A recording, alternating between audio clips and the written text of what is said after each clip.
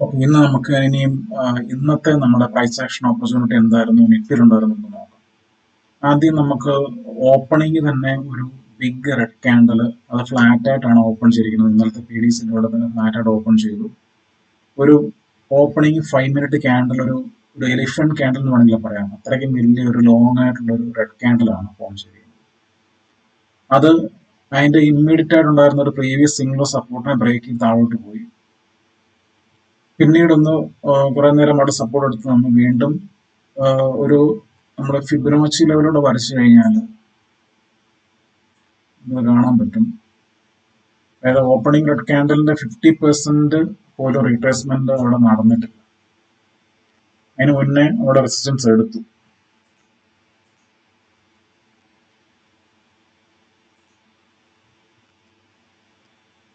മറ്റൊരു കാര്യം കൂടെ ശ്രദ്ധിക്കേണ്ടത് വെച്ച് കഴിഞ്ഞാൽ, ഇപ്പൊ നിങ്ങൾ നോക്കിയാൽ നിങ്ങൾക്ക് മനസ്സിലാവുന്ന ഒരു കാര്യം കഴിഞ്ഞാൽ ഇവിടെ 50%, അതായത് ഓപ്പണിംഗ് ക്യാൻഡലിൽ 50% റിട്രേസ്മെന്റ് വന്നപ്പോഴത്തേനും നിഫ്റ്റി റെസിസ്റ്റൻസ് ഫേസ് ചെയ്തതിന്റെ മറ്റൊരു കാരണം എന്താണെന്ന് വെച്ച് കഴിഞ്ഞാൽ, നിങ്ങൾക്കത് മനസ്സിലാവണമെന്നുണ്ടെങ്കിൽ നിങ്ങൾ ബാങ്ക് നിഫ്റ്റിയുടെ ചാർട്ടും കൂടെ നോക്കണം.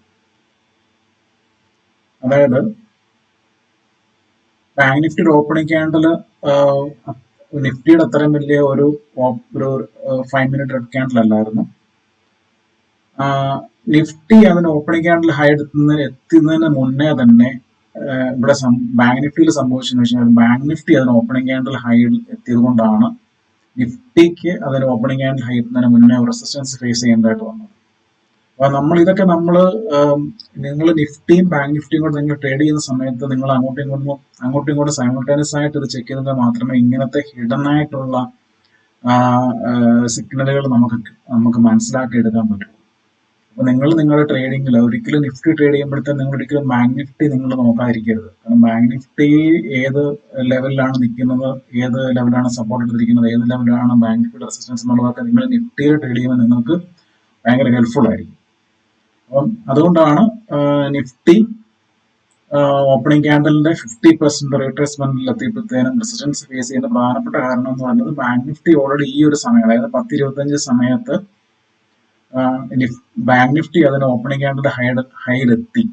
അപ്പോൾ ബാങ്ക് നിഫ്റ്റി സ്വാഭാവികമായിട്ടും ബാങ്ക് നിഫ്റ്റിക്ക് റെസിസ്റ്റൻസ് എടുത്തപ്പോഴത്തേനും നിഫ്റ്റിക്ക് പിന്നീട് മേലോട്ട് മൂവ് ചെയ്യാൻ പറ്റത്തില്ലാത്ത സാഹചര്യം. അങ്ങനെ നിഫ്റ്റി അവിടെ നിന്ന് വീണ്ടും താഴോട്ട് പോയി. ഈ ഒരു ലെവലിൽ നിന്നും ഒരു ബിഗ് ഫോൾ കാണാൻ പറ്റും. ഒരു വലിയൊരു എലിഫന്റ് റെഡ് ക്യാൻഡലാണ് അവിടെ ഫോം ചെയ്തിരിക്കുന്നത്. 23,500 PE 13 രൂപ 37 രൂപ വരെ പോയി. നമുക്ക് എന്റെ പ്രീമിയം ചാർട്ട് നമ്മൾ നോക്കിക്കഴിഞ്ഞാൽ അത് കാണാൻ പറ്റും. ഇതുണ്ടോ, 10.28. ഇതിപ്പോ 1 മിനിറ്റ് ക്യാൻഡലാണ്. 23,600 PEയുടെ ചാർട്ടാണ്. 10:44 27 കിടന്നതാണ്.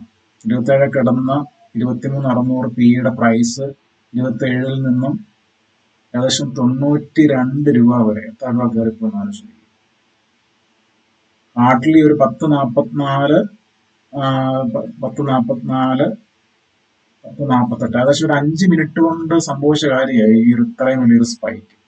ഒറ്റ ട്രേഡ് മതി നിങ്ങൾക്ക് ഇന്നത്തെ ദിവസം പ്രോഫിറ്റബിൾ ആയിട്ട് നിങ്ങൾക്ക് ക്ലോസ് ചെയ്യാനായിട്ട്.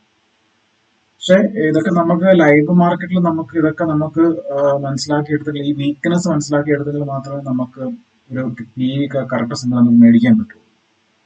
അപ്പം ഇങ്ങനത്തെ കാര്യങ്ങൾ, അതായത് മാർക്കറ്റ് ഓപ്പൺ ചെയ്യുമ്പോഴത്തേനും മാർക്കറ്റിന്റെ ഡയറക്ഷൻ എങ്ങോട്ടാണെന്നുള്ളത് നമുക്കൊന്നും മനസ്സിലാക്കാൻ പറ്റിയില്ല എന്നുണ്ടെന്നുണ്ടെങ്കിൽ നമുക്ക് പ്രോപ്പറായിട്ട് എൻട്രി എടുക്കാൻ പറ്റത്തില്ല. ലെവലുകളൊക്കെ രണ്ടാമത്തെ കാര്യം. പക്ഷെ ആദ്യം നമ്മൾ മനസ്സിലാക്കേണ്ട കാര്യം മാർക്കറ്റിന്റെ സ്ട്രെങ്ത് എന്താണ്, അതായത് മാർക്കറ്റിന്റെ ഡയറക്ഷൻ എന്താണ്. അത് നമുക്ക് മിക്കവാറും ഓപ്പണിംഗിൽ നിന്ന് നമുക്ക് മനസ്സിലാക്കുന്ന ഒരു കാര്യമാണ്.